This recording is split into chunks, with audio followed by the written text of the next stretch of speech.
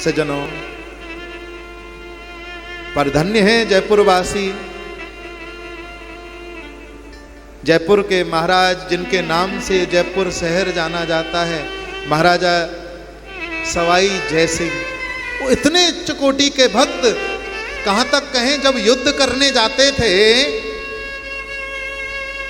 तो युद्ध करते समय अपने कवच के अंदर श्री राधा गोविंद देव सरकार की छवि को रखते थे कि बाई चांस यदि मैं युद्ध करते करते वीर गति को प्राप्त भी हो गया तो कम से कम श्री राधा गोविंद देव मेरे हृदय से तो लगे रहेंगे। इतने उच्च कोटि के भक्त,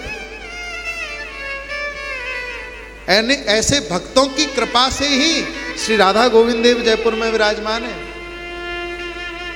ऐसे महाराजा सवाई जय सिंह जी,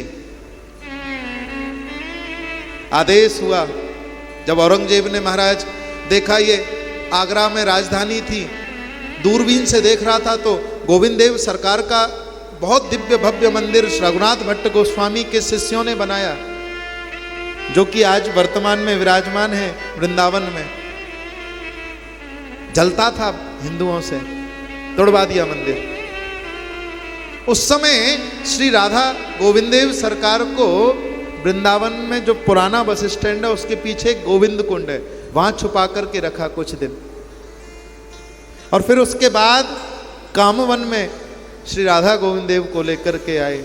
और कामवन से, कामा से हम और आप ब्रज 84 को उस यात्रा में दर्शन करके आए गोविंद देव जी का कामवन में। तो कामवन से फिर कनक वृंदावन आमेर में, क्योंकि उस समय जयपुर की बसावट नहीं हुई थी, आमेर ही राजधानी थी, तो आमेर में कनक वृंदावन में लाकर के श्री राधा गोविंद देव को विराजमान किया। और सज्जनों, जब कनक वृंदावन में श्री राधा गोविंद देव विराजमान थे तो एक दिन महाराज जय सिंह अपनी छत पर खड़े होकर के देख रहे थे तो सरोवर में स्त्रियां स्नान कर रही, और राजा पिता का स्वरूप होता है, राजा के लिए प्रत्येक स्त्री पुत्री के समान होती है। वो स्त्री जब संकुचित हुई तो राजा इतने धर्मात्मा थे, उन्होंने कहा मैं अब यहाँ नहीं रहूँगा, तो आकर के यहाँ विराजमान हो गए। तब राजा जय सिंह को स्वप्न दिया कि मैं तो तुम्हारे लिए वृंदावन छोड़ करके जयपुर आया। गोविंद देव जी कहने लगे तुम मुझे छोड़ के वहाँ चले गए, मेरा भी मंदिर वहीं बनवाओ। तब ये जो वर्तमान मंदिर है ये विराजमान हुए ठाकुर जी, और उस समय सेवा में रहते थे श्री गोविंद चरण गोस्वामी जी। बड़ी सुंदर सुंदर ठाकुर जी लीलाएं करते हैं, राधा गोविंद देव जी अपने भक्तों के साथ बातें करते हैं। तो राजा ने पूछा गोविंद चरण गोस्वामी जी से कि गोविंद देव जी को क्या प्रिय है बताओ। तब ठाकुर जी बता देते अपनी मन की बात। गोविंद चरण गोस्वामी जी ने कहा श्री राधा गोविंद देव जी को भागवत सुनना बहुत प्रिय है। तब राजा ने व्यवस्था की, और सज्जनों आज तक आप लोग देखते होंगे, नित्य दर्शन करते हैं, गोविंद देव जी के मंदिर में भागवत का पाठ, भागवत की कथा नित्य होती रहती है। एक पंडित जी नित्य कथा सुनाते रहते हैं। तो ठाकुर जी को सबसे प्रिय लगता है भागवत सुनना।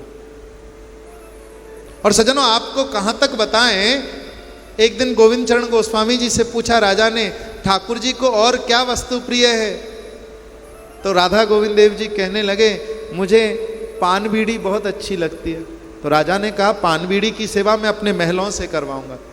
तो महल में किससे करवाएं। तो राजा की बहन थी अमर कुंवरी, वो नित्य ठाकुर जी को पान बीड़ा बना करके देती। और जब अमर कुंवरी का शरीर पूरा हुआ, सेवा में गई, तो सज्जनों ठाकुर जी ने स्वप्न दिया कि मेरे बराबर में ललिता और विशाखा विराजमान करो।